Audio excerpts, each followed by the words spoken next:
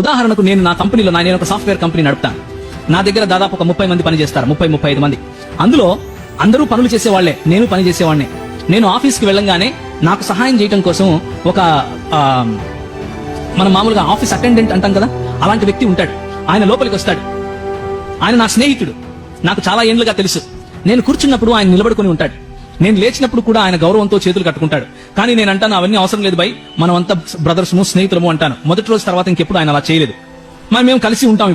ఇప్పుడు నేను నా పదవిలో గొప్పవాడినే, కానీ మానవత్వం అయితే మానవునిగా ఆయన కంటే గొప్పవాడిని అంటారా? కాదు. కేవలము నాకు ఇచ్చినటువంటి పనిలో, ఆ కంపెనీ అన్నటువంటి ఆ పరిధిలో, నాకు ఇచ్చినటువంటి పనిలో నేను గొప్ప స్థాయిలో ఉన్నాను అంతే. ఆయన కంటే బెటర్ మనిషిని కాదు నేను, ఆయన కంటే శ్రేష్టమైన మనిషిని కాదు నేను. ఎందుకంటే దేవుడు అందరూ మనుషులని ఆయన పోలికలోనే చేశాడు. ఆయన పోలికలో ఒకరు గొప్ప, ఒకరు తక్కువ అన్నది ఉండదు. అలాగే దేవత్వము అన్నటువంటి ఆ ఎస్సెన్స్ లో ఒక తక్కువ, ఒక ఎక్కువ దేవుడు అన్నది ఉండదు. అది అసాధ్యం.